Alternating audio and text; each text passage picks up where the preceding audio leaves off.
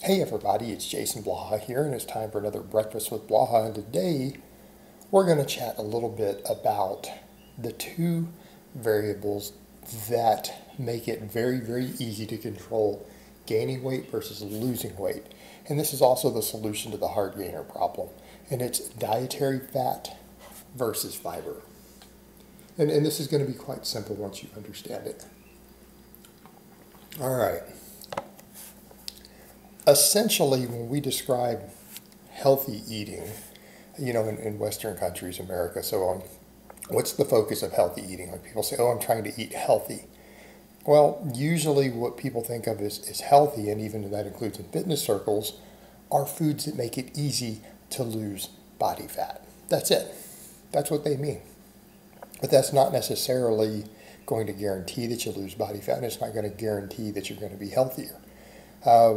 And if you start looking at the foods in general, what are the trends that you see? High fiber, low fat. Why? Because that's what makes it easiest to control your appetite. And in other words, if we want to eat less calories, filling up on fiber is generally a very, very good thing. It slows down digestion, slows down absorption, right? Has volume. Fiber has very few calories.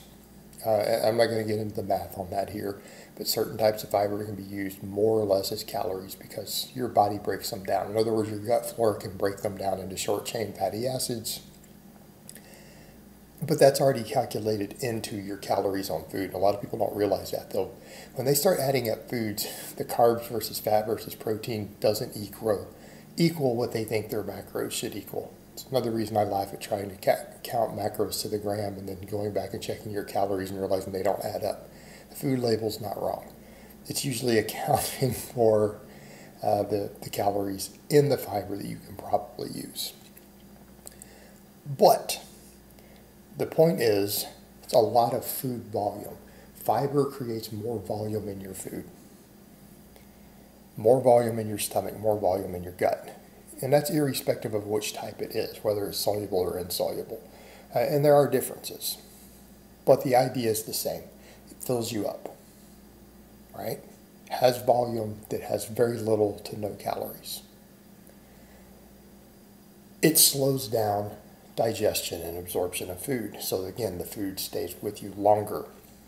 Also helps control blood sugar better, which again, impacts appetite positively because, again, we're not getting as large of increases in blood sugar. It keeps it more stable. Again, makes our appetite easier to control, makes us feel fuller, makes us less hungry. Dietary fat, on the other hand, total opposite. Well, it can slow down digestion. But dietary fat, the most calories per gram.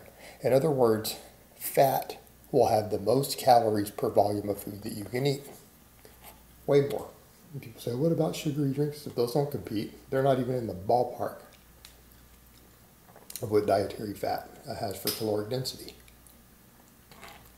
If you're eating much dietary fat, guess what? It's easy to overeat.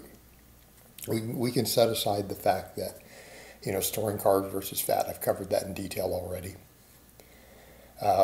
You generally store dietary fat. That's what you store from what you eat. Humans very rarely store carbs under normal conditions. So, again, looking over at the dietary fat, it's much easier to overeat. Much, much easier to overeat. So, therefore, most health foods are generally going to be higher in fiber or low in fat. Because some of them don't have fiber at all.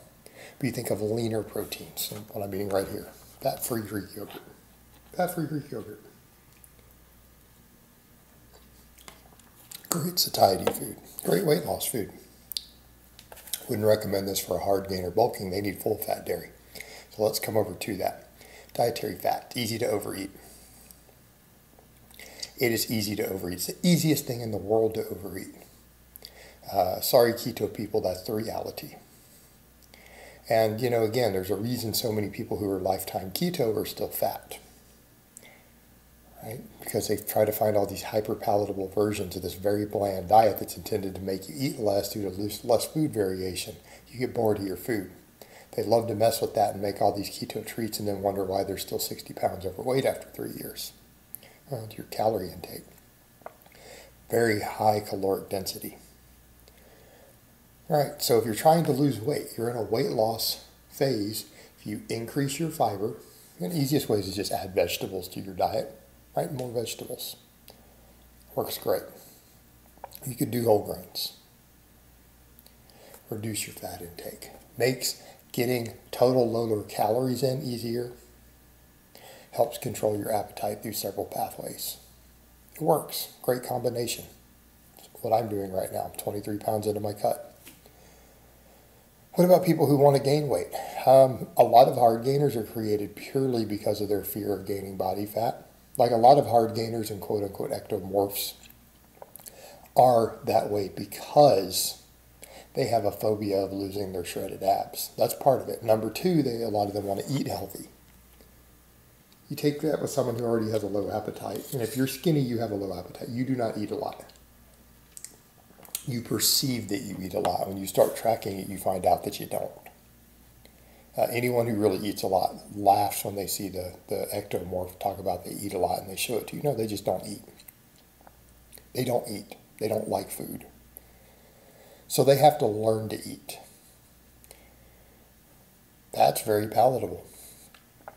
But a lot of times they're over here eating chicken breast and oats and brown rice and wondering why they're not gaining weight. Well, you're eating the foods that we tell fat people to eat to lose weight. And then you wonder why you can't gain 2 to 3 pounds a month like you should be.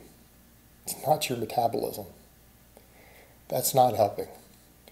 So what do we do with a hard gainer? We take the fiber out. We add fat. Replace the fiber with fat. Right? Much, much higher caloric density. We remove the fiber, we get less food volume. We absorb food faster. Okay? You need to gain weight, that's a good combination. We've reduced the volume of your food per calorie. We made it easier to absorb. Add more fat on top of that. Now, you're going to have people who say, but shouldn't some of us be trying to minimize fat gain when bulking? Okay, you can try to manipulate diet all you want, but what's going to happen is when you start trying to do it, if I just do this in my diet different, no, you're going to gain less muscle. What's going to happen? You can minimize fat gain, which it's never going to be zero if you want to gain muscle. If you want to gain muscle at any appreciable rate, you're going to have to gain some body fat. Again, barring heavy drug doses. So people need to forget this nonsense. They're not telling you that you need to put on 25 pounds of fat, but you're going to have to gain fat. And if you want to minimize it, just bulk slower. Gain 2 pounds a month instead of 3. There you go. But you're not going to make purely lean gains. That is a myth being sold to people. That's nonsense. And most real experts agree. Add fat to your diet. Replace the chicken breast with chicken thighs. Replace the sirloin with ribeye. Replace all the fat-free dairy with full-fat dairy. Add peanut butter. Right? Get rid of the brown rice. Replace it with white rice. Get rid of the oats. Replace it with white bread.